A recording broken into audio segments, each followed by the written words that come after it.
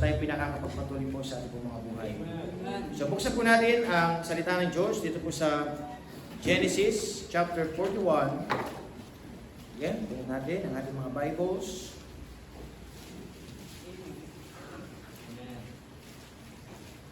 Genesis chapter 41, let us read verse number 38 down to verse number 41. Sabi po ng sali-salitan, sabi po ng Genesis chapter 41, verse number 38, And Pharaoh said unto his servants, Can we find such a one as this is, a man in whom the Spirit of God is? Verse 39, kayo po, begin. And Pharaoh said unto Joseph, For as much as God hath showed me all this, there is none so discreet and wise as thou art. Verse number 40, Thou shalt be over my house, and according unto thy word shall all the people be ruled. Only in the throne will I be greater than thou. And verse number 41, basahin po natin sabay-sabay. Ready, begin. And Pharaoh said unto Joseph, See, I have set thee over all the land of Egypt. Tayo po lahat, ayun po, saglit manalangin. Let's pray. Amanan, Diyos, sakila sa lahat. Kami po, O Diyos, ay nagpapasalamat sa panibagong pagkakataon at pinagkaloob niyo po sa buhay po ng bawat isa. Maraming salamat sa mga win na pinawin, win na pinapakinggan ng aming dalangin, O Diyos, sa pamagitan po ng aming mga tinig, ng aming mga boses. Kayo po yung maluwalhati, may taas at maparangalan, O Diyos.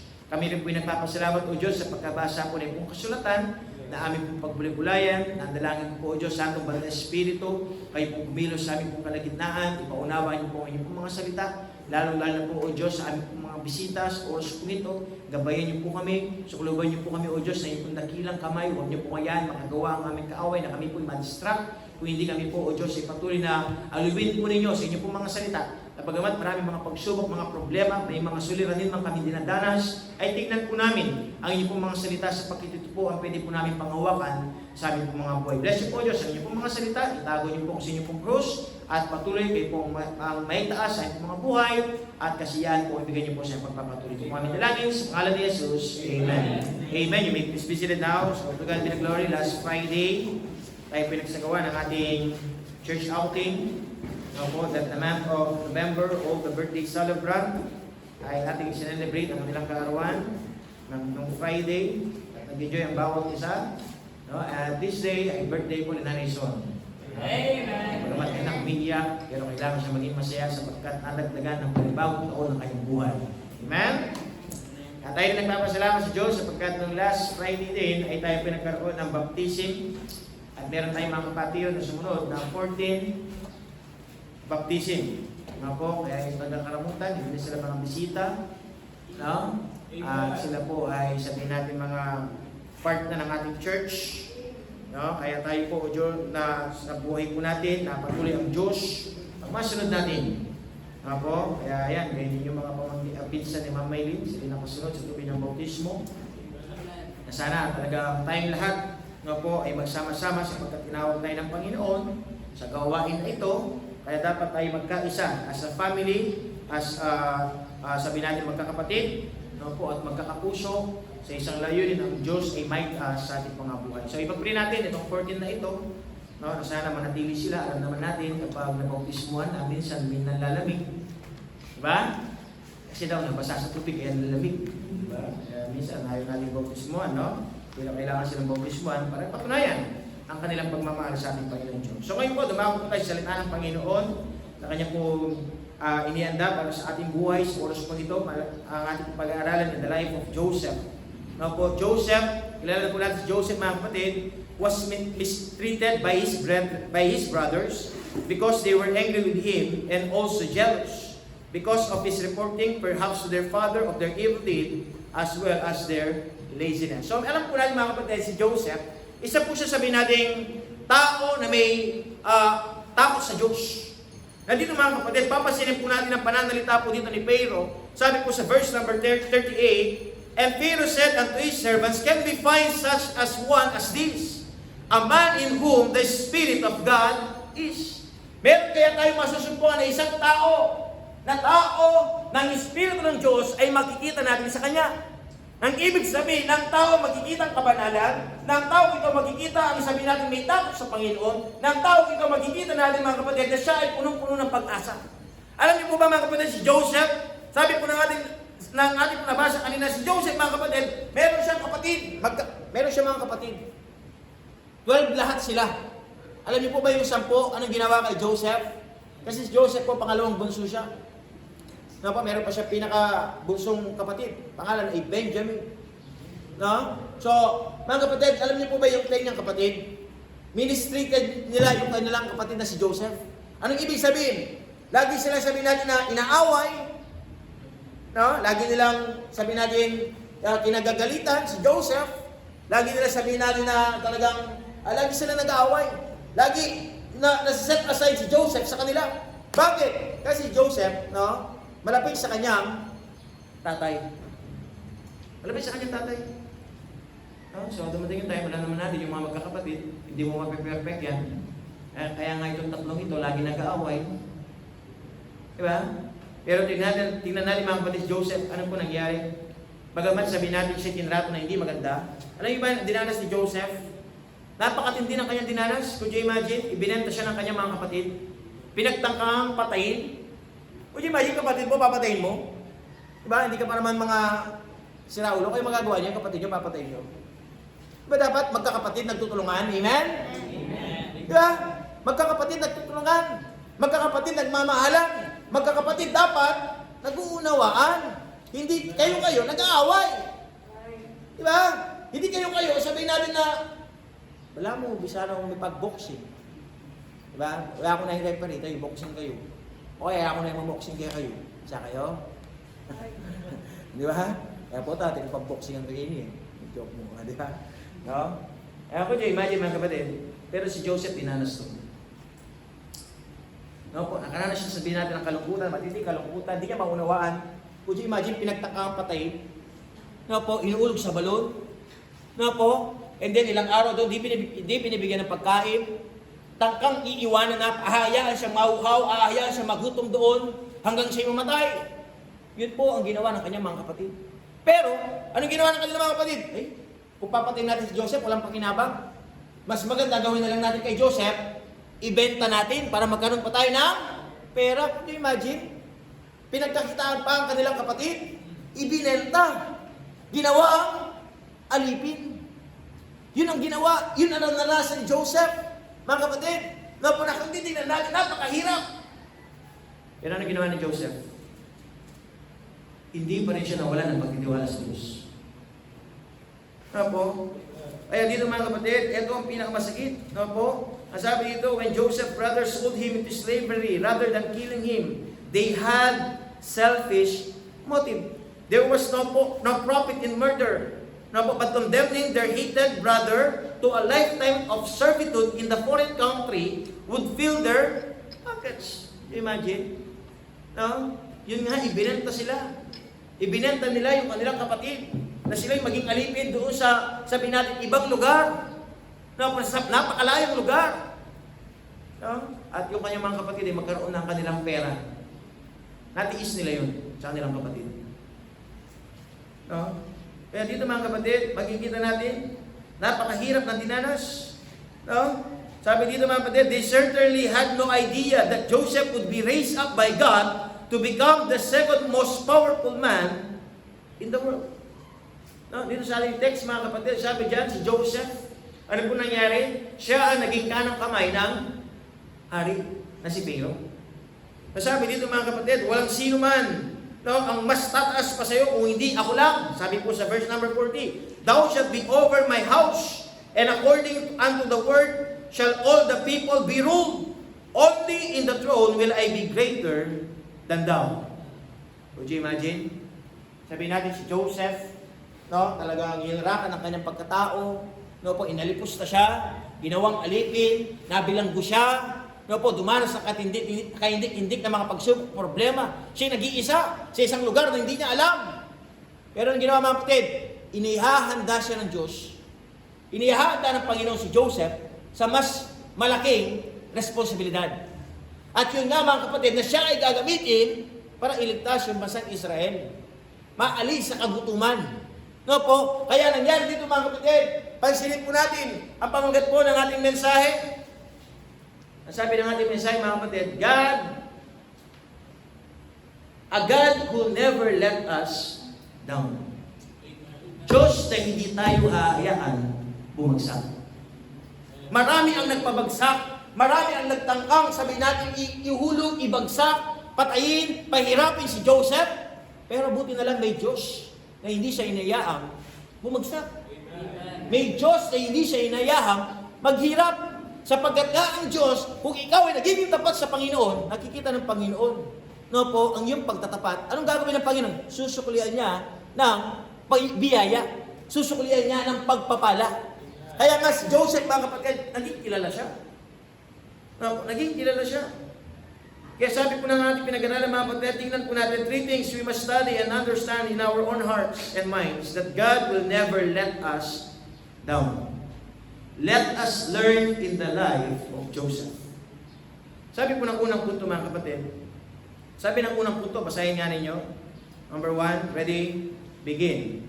No matter how low we feel or what we are going through, God is always with us and working in our lives. Yun po, would you imagine? No matter how alone we feel or what we are going through, God is always with us and working in our lives. There are times na tayo nag-iisa. There are times, mga kapatid, doon sa ating kalungkutan, napipil natin na sabihin natin, wala tayong mga kasama, wala tayong kakampi, pero lagi natin tayo, mga kapatid, our God is always with us and working in our lives.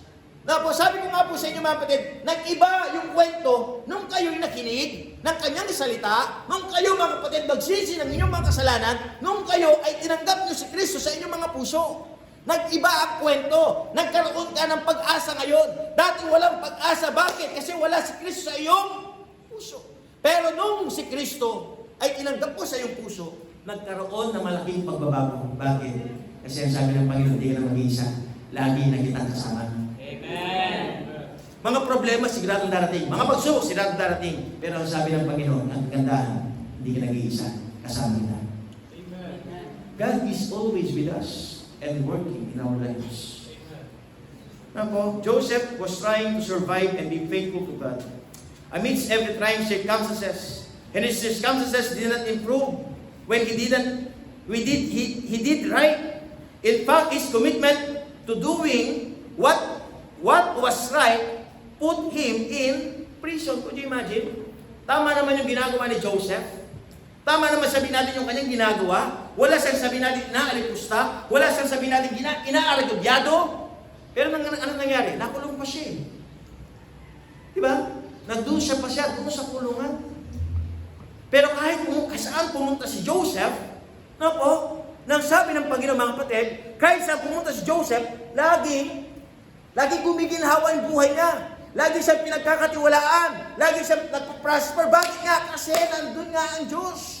Maging sabihin natin doon sa problema niya na sabihin natin na matinding pagsubok ng kanyang buhay, laging nandun ang Diyos. Anong ibig sabihin? Hindi pa rin siya pinabayaan ng Diyos. Hindi pa rin nagkulang ang Panginoon. Anong ginawa ng Panginoon, mga kapatid? Gusto lang mapaunawa ng Diyos kay Joseph. Sabi po ng letter A, God is always with us. Sabi po dito sa Genesis chapter 39 and verse number 2. And the Lord was with Joseph, and he was a prosperous man, and he was in the house of his master, the Egyptian. Could you imagine? Anong pananalitan salita ng Diyos dito sa verse number 2? And the Lord was with Joseph. Ang Panginoon, nasa kanya si Joseph. Anong ibig sabihin? Nakaranas sa pagsubok, pero ang Diyos, hindi siya umiwalay sa Diyos. Kaya sabi po ng unang punto man, letter A, God is always with us. Apo, pangako ng Panginoon, He will never leave thee, nor forsake us. So have a positive mind, na kahit nasa doon tayo sa matinding kalungkutan, matinding karamdaman, matinding pagsubok ng ating buhay, Lord, alam ko, kasama kita. Lord, alam ko, hindi mo ko pababayaan. Diba? Yun na nice na Diyos, ilagay mo sa isipan mo. Ano pa? Letter D. God is always working in our lives. Lagi ang Diyos, meron siyang ginagawa sa buhay natin. Meron siyang inihahanda.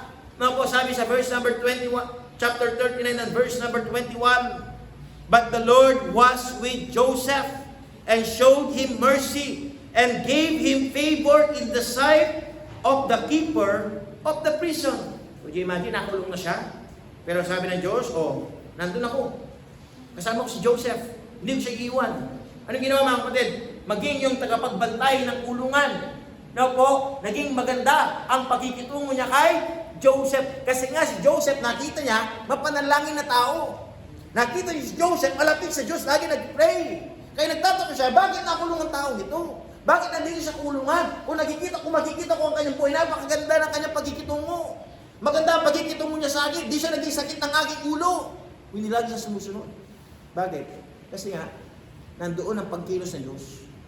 Nandoon ang paggawa ng Panginoon. Nasabi ng Panginoon, in our darkest moment in our life, mayroong laging ibibigay ng tulong ng Diyos. Di ba? Kamukha yun, no? Nandun na sa kulungan si Joseph. Binigay niya yung tagapagbantay. Maging close niya, maging friend niya. Hindi panginaginaan ng loob. Si Joseph. Why? Because God is always working in our lives. The path may be difficult, but always remember, we are never alone. Yun lang, das natin tinatahak. Minsan mahirap. Minsan sabihin natin talagang mahihirapan tayo, hindi natin maunawaan.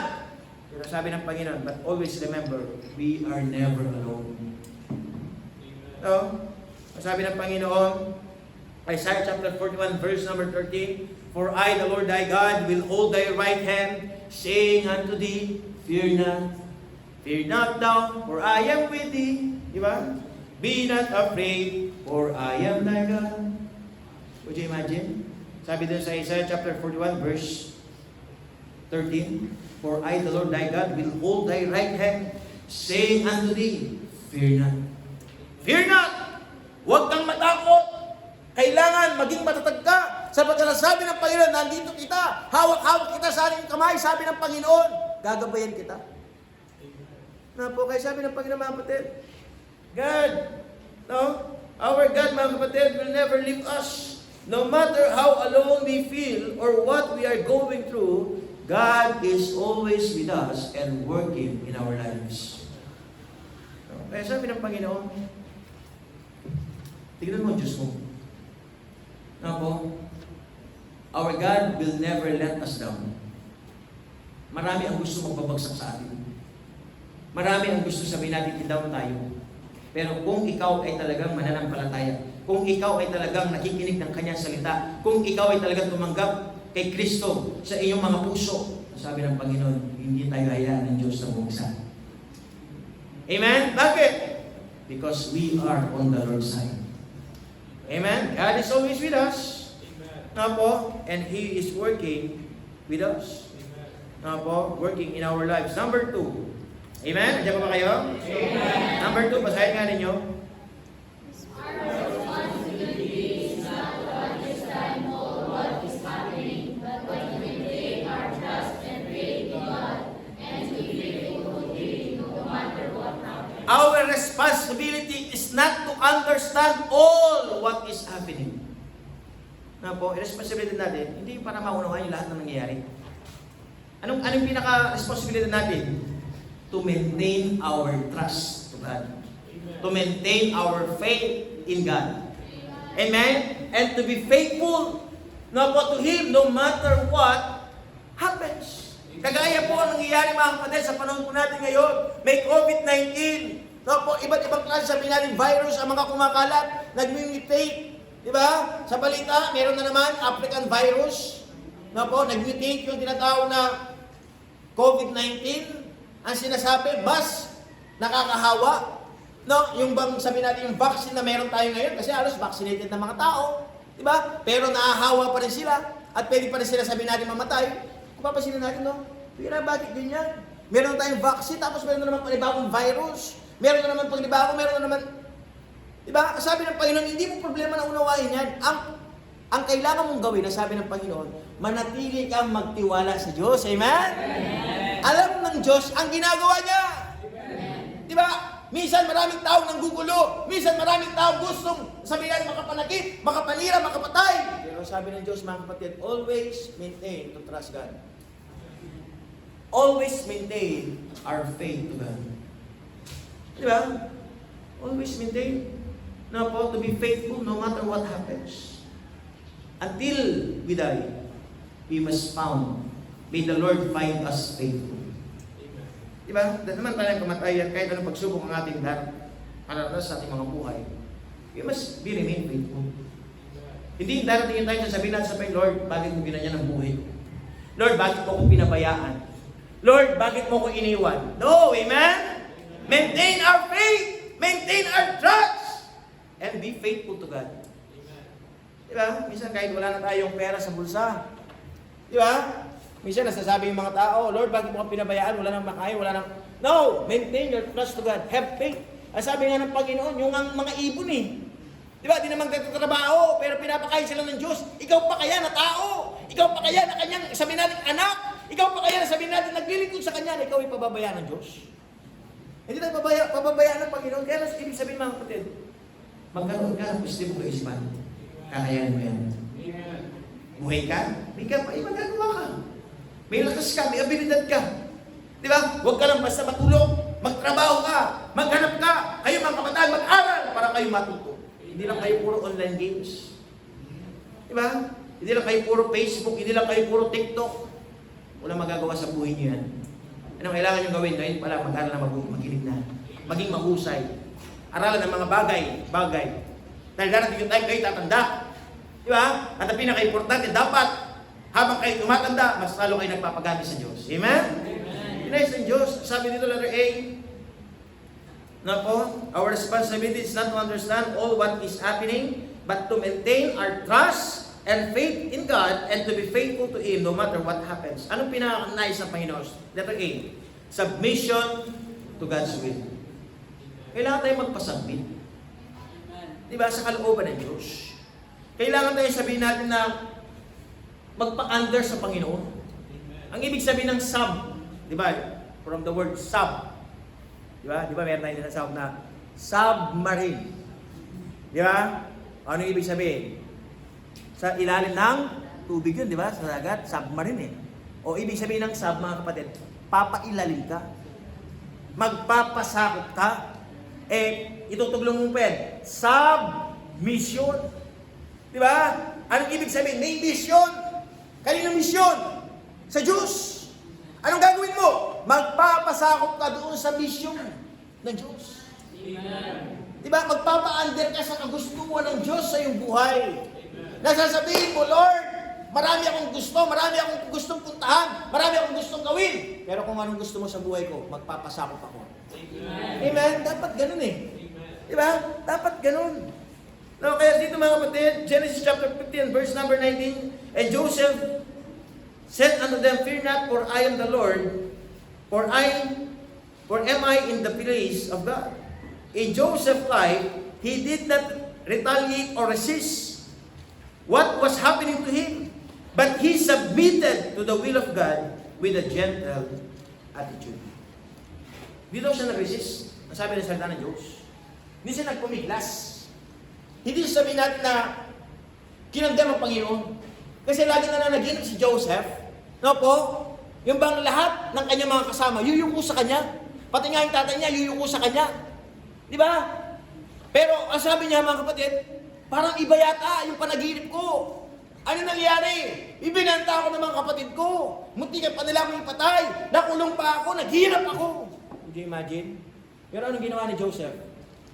Hindi siya nagpumiglas. Hindi niya kinwestiyon yung Panginoon, Lord, why? Hindi. Ano nasa isipan niya? Alam ko, merong plano ng Diyos. Alam ko, inihahanda niya yung buhay ko for a greater purpose. Alam ko, may plano ang Panginoon, kaya anong kailangan gawin? Sumunod lang ako. Alam ko, hindi ako pababayaan ng Diyos. God is always with me, and God is working in our lives. Diba? I will maintain my trust and faith in Him no matter what happens. No po, ito naging positive mind, no po, ni Joseph. No? Kaya dito mga kapatid, sabi sa Proverbs chapter 3 and verse number 4, saan nga natin to? Proverbs chapter 3 and verse number 4, ang sabi dito mga kapatid, sabi dito, Proverbs chapter 3 and verse number 4, So shalt thou find favor and good understanding in the sight of God and man. Ano ibig sabihin nito? Makakasumpong ka ng tinatawag na pangunawa, pabor sa paningin ng Diyos at ng tao. Bakit nga? Kasi nga ikaw ay nagpapasako sa Diyos. Ikaw ay sumusunod sa kagustuhan ng Panginoon. Kaya sabi ng Diyos, mga kapatid, maintain our trust. Submit to God. Na po? Yes, marami tayong mga kailangan. Marami tayong sabihin natin mga pangangailangan. Pero lagi natin tandaan, iuna muna natin ang Diyos bagong lahat. Amen? Iuna muna natin ang Diyos bagong lahat. Kasi sabi ng Panginoon, kahit anong kakayod mo, dahil wala ang Diyos sa buhay mo, hindi mo napapatuwa ang Diyos, walang mangyari sa buhay mo. Amen? Mangyari. Kaya mas maganda na, mga kapatid. Sabi nga, slowly but surely. Bakit? Kasi nga, nandoon ka sa kalooban ng Diyos. Kaysa nagmamadali kang himaman, nagmamadali ka sabihin natin buminhawa, kaya kahit linggo, wala ka. Kaya wala ka ng oras sa Diyos. Di ba? Lahat ng oras mo sa'yo. Sabi ng Panginoon, walang mangyari sa buhay mo. Darating yung time, lahat ng pinundan mo, mawawala lang yan. At iiyak ka, sasabihin mo, Lord, ikaw pala talaga ang tunay na magpapasya ng buhay ko. Hindi ang mga bagay na ito. Diba? Dapat ganun eh. No, ang maging kasiyahan natin ng Diyos. Ano pa mga kapatid? No po, sabi dito, our responsibility to maintain our trust and faith in God and to be faithful no matter what happens. Submission to God's will, letter B, we must have a forgiving attitude. Ano ba si Joseph? Si Joseph, hindi siya nagtanim ng sama ng loob sa kanyang mga kapatid. Di ba nga yung kaganapan? Nakita niyo yung mga kapatid dahil nagkaroon ng tagutong. Di ba? Pitong taong sagana. Pagkatapos ng 7 taong sagana, 7 taong taghirap naman, tagutong. Dumating yung time, wala na makain. Yung kanyang mga kapatid, yung kanyang mga magulang, yung kanyang mga pamilya. Inutusan ngayon sila ng kanilang tatay o pumunta kayo sa Egypt. Maraming mga pagkain doon. Yung mga pera, bumili kayo ng mga pagkain. Bumili kayo ng ating mga rasyon para malampasan natin itong taggutom na ito. So ngayon, naglakbay yung mga magkakapatid. 10 sila, naglakbay sila. Naglakbay, pumunta sa Egypt. Ngayon si Joseph, dahil siya yung kanang kamay ng hari, di ba? Siya yung namamahala doon sa pagdidistribute ng pagkain. Ngayon mga kapatid, malayo pa lang, nakita niya yung mga kapatid. Pero mga kapatid ko, tayo mga kapatid ko. Talaga nandun na sila. Umihingi na ng rasyon. Harap nila yung kanilang kapatid na si Joseph, pero hindi nila mamukhaan. Hindi na nila makilala. Sa pagkakaalam nila, matagal nang namatay si Joseph. Diba? Namatay sa kanilang pagkakaalipin.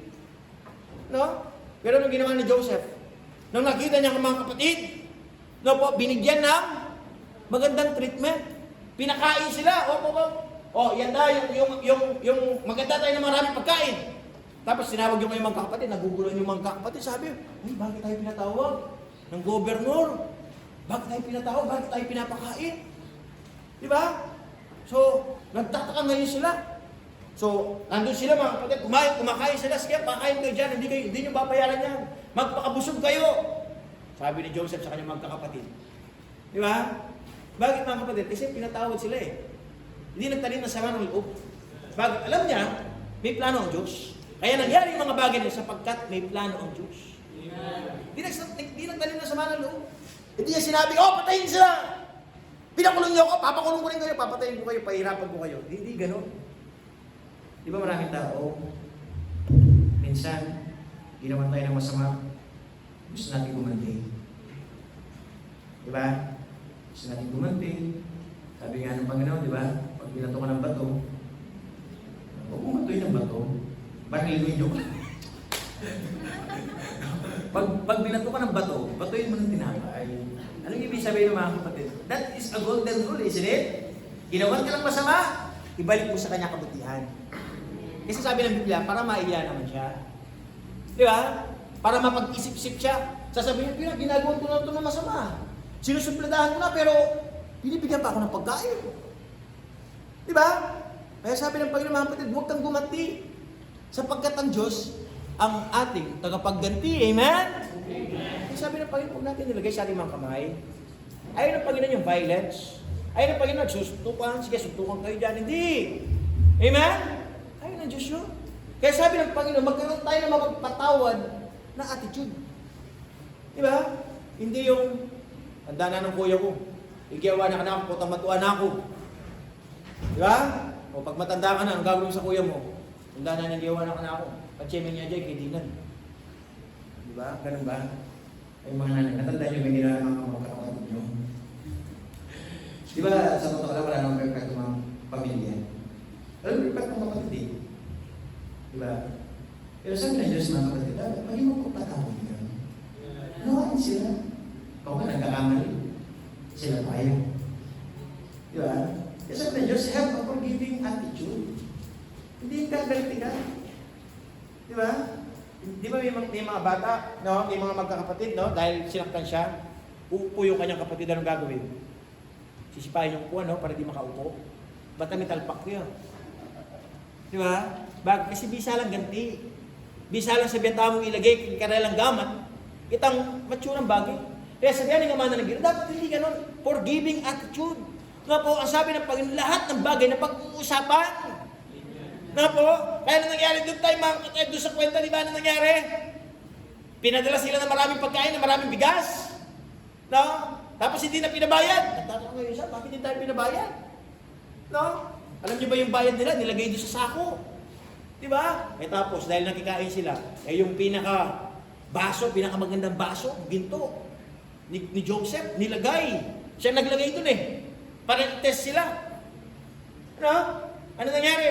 O yun, pinaalis sila, nagtataka ngayon sila. Pinabusog na tayo, sarap, no? Di man natin kilala yung ano. Alam nila, di nila kilala, pero si Joseph kilala sila. Di ba? Yan ang nangyari mga kapatid. Yun, inahabol silang bigla. Di ba? Nag-search, naghanap.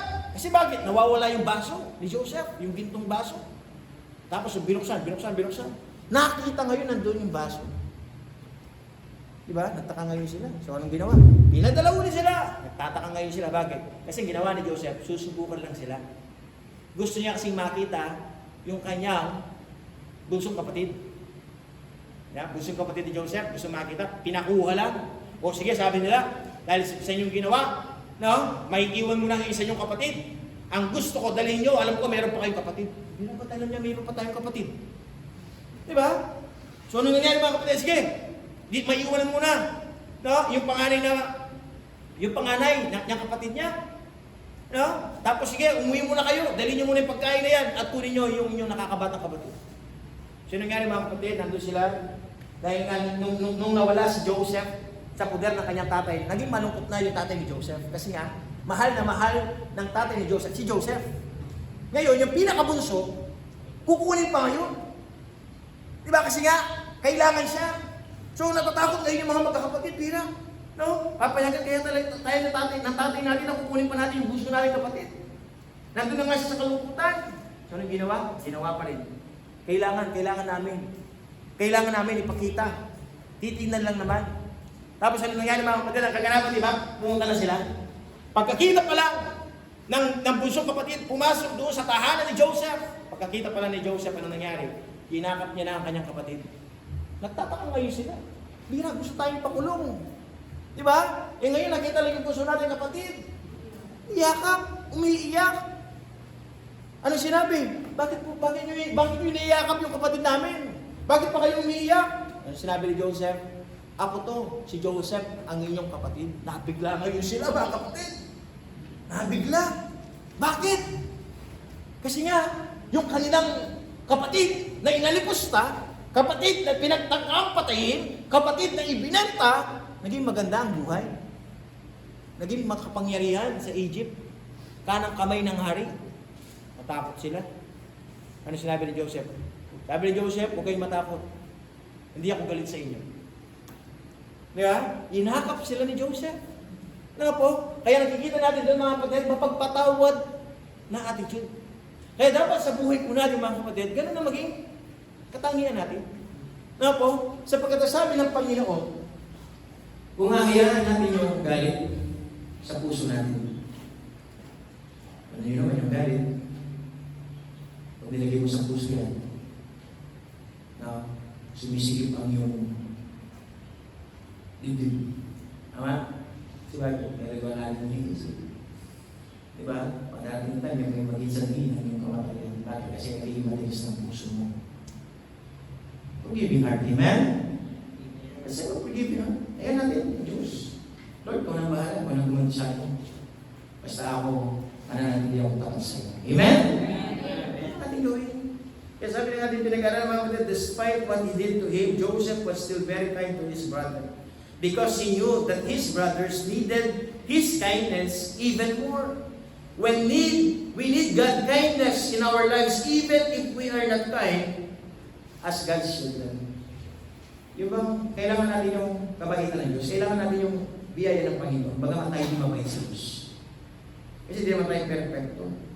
Kaya nga sabi na natin pinag-aralan mga kapatid, let us maintain our trust and faith in God and to be faithful to Him no matter what happens. Don't be blind.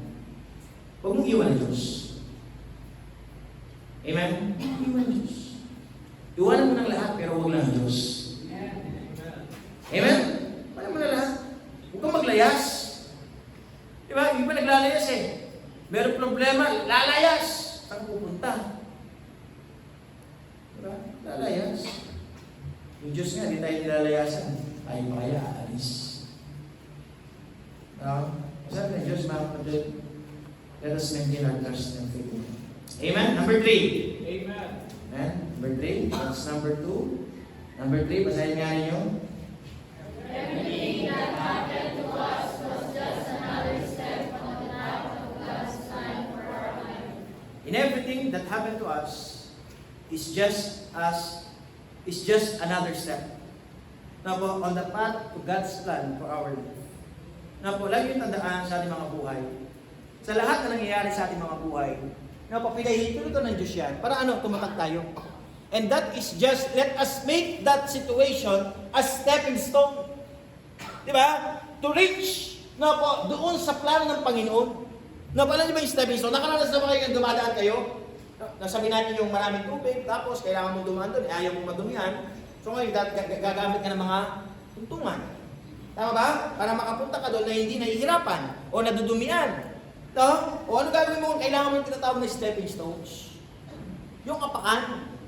No po, na bagamat mahihirapan ka, bagamat sabihin natin, hindi natin maunawan yung sitwasyon, pero gamitin natin yung stepping stone. No po, nasabihin natin, lahat na nangyari sa atin, ako'y magpapakatatag, magtitiwala sa Panginoon, sapagkat alam ko, merong iniahanda ang Diyos na mas magandang bagay sa akin. Meron iniahanda ang Panginoon. Iniahanda ako for greater responsibility. Meron iniahanda ang Diyos for greater task. Kaya ano kailangan gawin? Magpapakatatag ako. Now, I will remain my faith.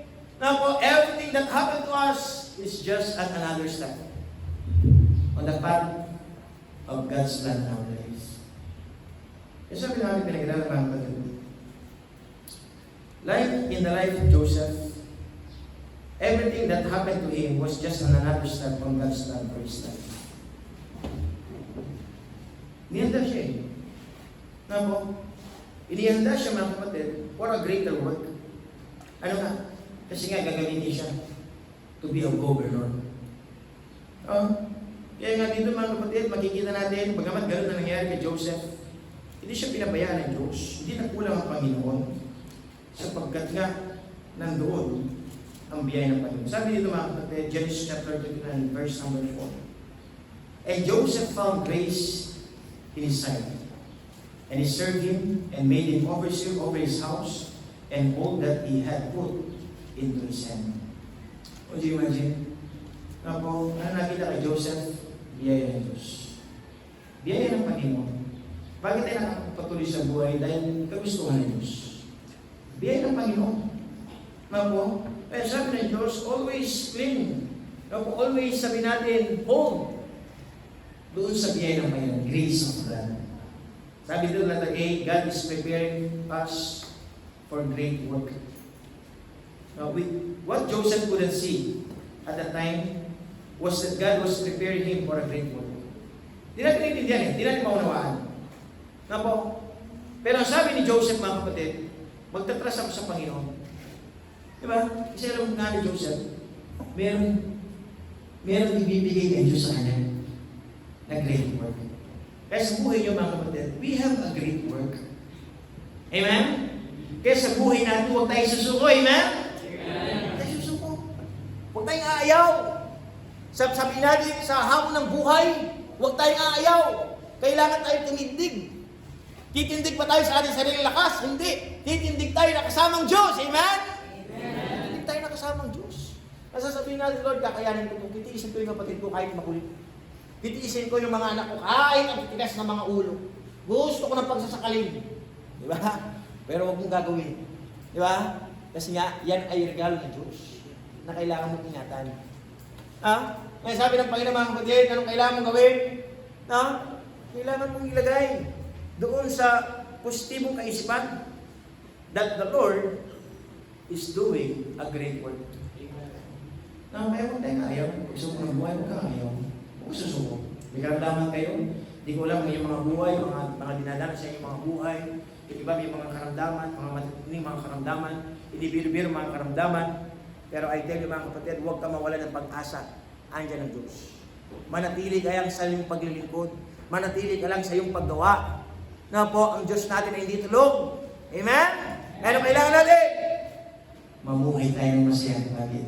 Kasi andiyan pa rin ang Diyos. Amen. Tayo mamuhay sa kalungkutan. Tayo mamuhay sa kapigatian. Hindi kami natin. Bigla ng Diyos. That there be oftentimes we don't know what God's great plan in our is for our lives, but only one thing is for sure, is better than our own plan. Lagi natin tandaan ang plano ng Diyos. But always remember, mas maganda ang plano ng Diyos kaysa sa plano mo, amen? Kasi ang nagplano ay ang Diyos. Di ba? Ang nagplano ng Diyos. Kaya ibig sabihin maganda, maayos. Kaysa doon sa plano mo. Kaya sana mga kapatid sa buhay natin, let us trust our God. Na po, magtiwala tayo sa plano po. Many times when things go wrong in our lives, or at least when we think things are going wrong, it is not because we have been forgotten or abandoned by God. Rather, it is because His plans and purposes are taking us down a path that leads to a destination we may never been considered. No? Ang sabi dito mga kapatid, minsan di natin maunawaan. Sabi nga ng awit, di ba? When things go wrong, ang pastis doon, sometimes when the road you are trudging seems all uphill. Diba? Imagine, minsan daw yung daan mo pataas. Nakala sa kayo dumaan doon sa pataas. Nakala sa kayo naglakad doon sa pataas. Di ba ang hirap? Tama ba? Maglalakad ka doon, akit ka, di ba napakahirap? Pag pataas mga kapatid, mahirap. Ano gagawin mo? Mahirap kung umakyat eh. Ano gagawin mo? Atras ka? Hindi. Di ba? Pag napagod ka, ang gawin mo, magpahinga ka lang. Di ba? Kaya nga doon sabi ng awit, di ba? Rest if you must, but don't you ever quit. Diba? Rest if you must. Sa buhay, mga kapatid, huwag tayo mag-quit, huwag tayo sumuko, huwag tayo magbigti, huwag tayo magpatiwakal, sapagkat hindi pa end ng buhay natin, amen? Kung pagod ka, pahinga ka. Kung gutom ka, kumain ka. Diba ha? Ito nga yung pinakamaganda eh.